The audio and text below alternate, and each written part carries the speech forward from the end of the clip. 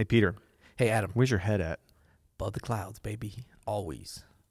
24/7. All right.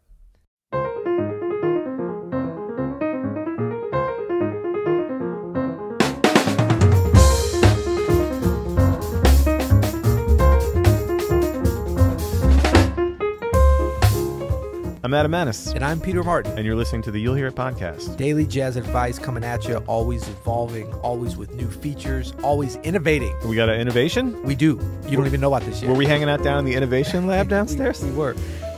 We are going to start something new, and you guys are even going to be part of the process because Adam's hearing this for the first time. Our producer Andrew's hearing this for the first time, and that is we're going to have an ultimate tip at the very, very end of the episode today. So whatever, we're going to try to just do this every day if it works good. We might forget tomorrow and then it won't happen, or it might be a flop and then we'll pretend like we never said it. You know how we do. Yeah, no, let's undersell over yeah, over deliver. Yeah. From now until eternity. No, we're just going to give a little ultimate tip just at the very end to reward folks that listen to the end. Ultimate tip. All right. Well, we have an email here, and this is an email from Eddie from France. Nice. And he says, hello, huge fan of the podcast. Made me go into that productive state of mind for practice. How can you switch between I don't want to play to I want to play? There's a lot of time you just don't want to play, and I figured out that sometimes small details can get you into that productive state of mind. In fact, like I said, listening to your podcast helps a lot. Thank you, Eddie. Do you have any tips for getting in that productive state of mind? The second part is, what is the balance between force yourself to play as a duty and a working routine to get better, or let the things come to you more like an art and never force yourself to do anything? I figured out when I went to the piano level where play was for fun but not enough to get better, I really have to work on it, but the change is really hard to do. I get to a point where I feel really guilty, then don't want to play, and I just don't know if I have to force myself to go into that routine. Then I think about it and feel guilty. Are you sure you're not a poet, Eddie? This feels more like... Is Eddie overthinking this? It might be in your head a little bit. It's very, very frustrating to know that learning piano is the best thing in the world when you are in it, but when you don't want to play, you feel guilty. Okay. Well, Eddie is French. Didn't existentialism originate in France? Yeah, I feel like I see him sitting on a park bench, like looking over the city, and he's just like, well, I don't know if I want to play. Right. Inspiration or art. Yeah. Where art thou? He says at one point, I probably need a psychologist for this one, but I hope you guys can help me with it. And I'm sure there are a lot of musicians stuck in this. You're playing gigs. I suppose that's help for staying in. But for now, I'm not playing gigs, so it's hard to define my goals, expect going better. This is actually a very common thing, Eddie, and you know, we're teasing you a little bit, but it's something that all of us go through at one point or the other. Most of us on the regular, as far as staying inspired, and as far as, you know, staying inspired to both get better and to just keep going, especially when it's not easy, you know, and it's never always easy. And I love that you said inspired, because I was just thinking, I mean, he's going a lot of different places with this long and rambling question, but in a positive way. I mean, but I think inspiration is really what it's about, isn't it? Isn't that what this whole thing is? I think it is. It's how do you keep inspired to practice? And, I don't think that you need a psychologist for this, all jokes aside. I mean, it wouldn't hurt, I think, a little bit of self-reflection and going to a professional on a serious note, you know, and having them help you to do that could certainly help you to focus in on that goal that you have of being inspired and help you to develop some inner tools to do that. But maybe we can kind of talk about some outwardly facing things that have maybe worked for us and others that we could recommend to Eddie. I think, for me, and we've talked about this on the podcast before, we've talked about this. We have a new piano course coming out called Jazz Piano Jumpstart, which talks about this as one of its principles. And that's patience. That is, Eddie, that if you're really in this music, if you really love playing the piano, which sounds like you do, what's your hurry? Right. You know, love it or leave it. No, sorry, that's something else. I think we get it in this mind that we have to be driving all the time. And I mean, we're all about trying to help you get as close to that as possible. That's just not realistic for most people. So I would say that if you are really dedicated to this for your whole life, realize that you're going to be a part of this your whole life. Right. You don't have to learn the entire vocabulary of jazz piano in 2 weeks, which I think a lot of us put that pressure on ourselves. Like, well, I have a gig coming up, and if I don't sound, you know, like McCoy Tyner by then, it's going to be a tragedy. No, it's not. You're going to sound like you. Be patient. Slow and steady wins the race. It's a marathon, not a sprint. It is a marathon, not a sprint. Do the little things every day that are going to get you into the practice room. Yep. Even if that means like, you know what, this week I'm not feeling it. I'm going to practice for 10 minutes a day. I'm literally just going to sit down, play exactly what I want for 10 minutes a day, but I'm going to have this connection with the instrument. Yep. You know what I mean? And then some weeks you're going to feel super inspired. You're going to be like, all right, I'm going to do, I can and want to do an hour of scales, 2 hours of voicing practice, you know, all these tunes. Those weeks are naturally going to happen in the cycles of our emotions. The thing is to try to keep it as level as possible so that you're always kind of being connected with the instrument, you know? Yeah.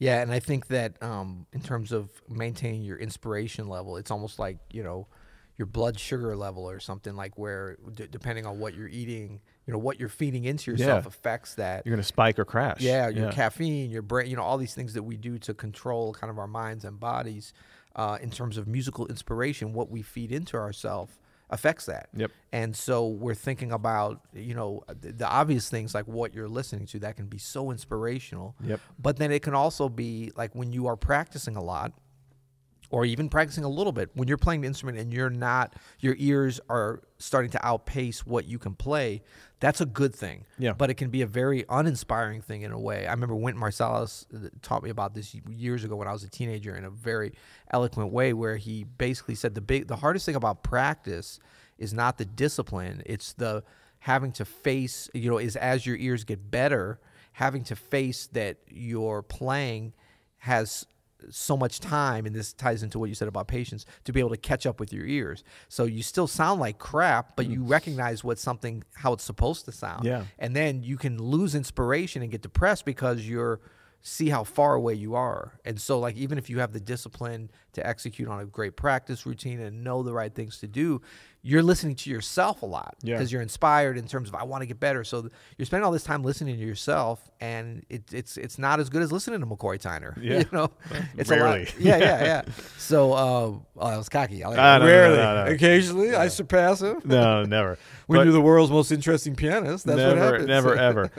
But you know what? I think an inspiring thing about this is Eddie, you're usually closer than you think you are. Yes. You know, it's actually very small degrees that are going to get you to where you're hearing yourself more like you hear the people that you love to listen to. It just takes a little bit of patience. You just have to keep at it, keep humble, keep your ears open and open to this sort of discipline of staying connected with music, of staying connected with the piano. Yeah. And I think, you know, one of the things that he mentioned first was this great productive state of mind in the first part of the question. Yeah. And I think for that, if that is, and it should be, you know, one of our most important things, it's not the only thing, but I think it needs to be part of everything that we're doing.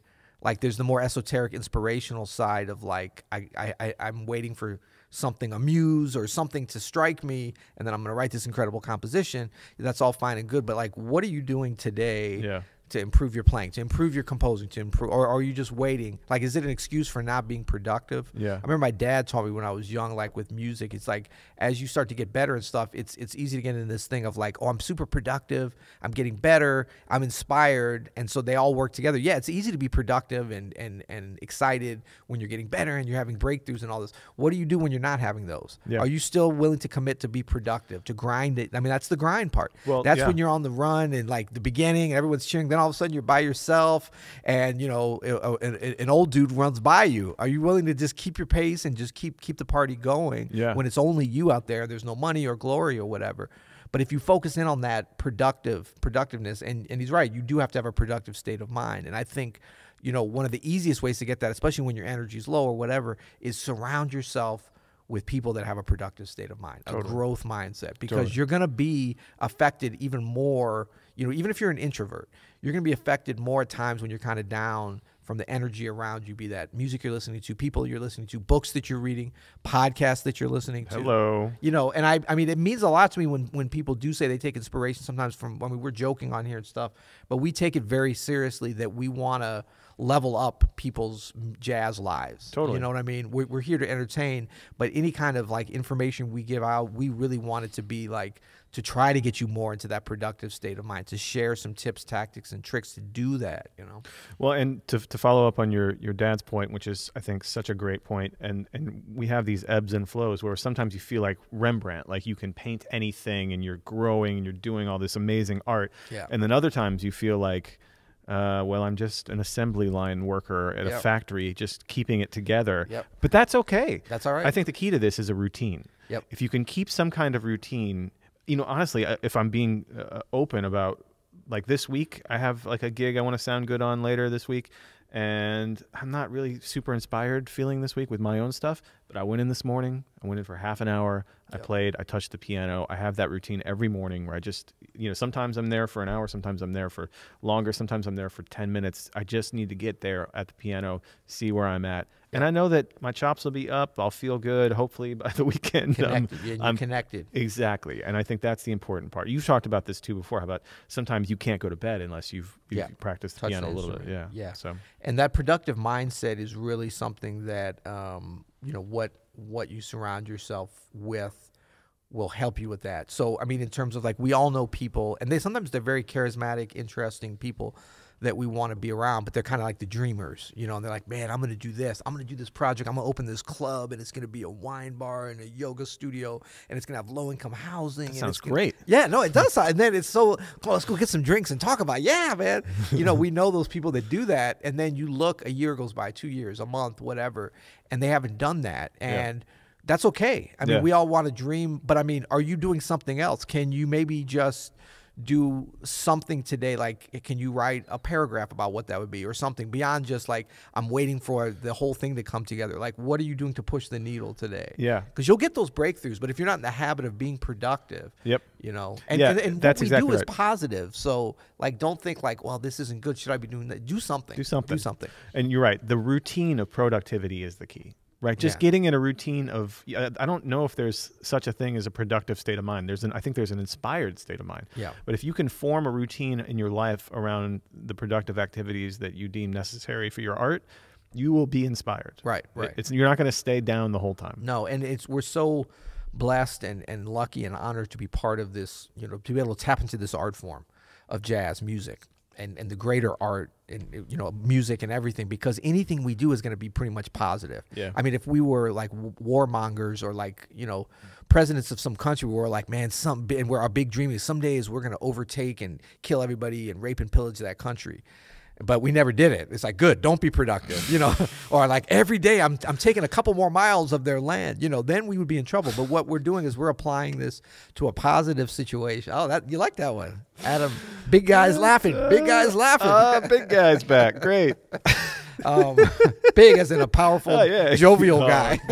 Don't mix the metaphors here, my man. I'm not down. But this is cool. This was fun. Thank you, Eddie, for that question. And it's definitely some fun stuff. And folks, please leave some comments if you have some tips on this. We can help each other and share ideas on this, because this is what it's about, staying productive, staying inspired, and moving the needle forward every day. You can comment in the YouTube comments. That's right. Like. And we have our ultimate tip coming up. But before that, please go to oxfordamerican.org/YHI. You can get a year subscription for $25 with our You'll Hear It offer. That's a good place to get inspired. It really is. I actually do that a lot, in terms of going to other things like the art world. Go to an art museum, read some great poetry. Like, if you're sick of hearing yourself play the piano and that depresses you or uninspires you, there's, but you don't want to, sometimes it's like, well, go listen to McCoy Tyner, then you can get even more depressed. Like, I'll never be that.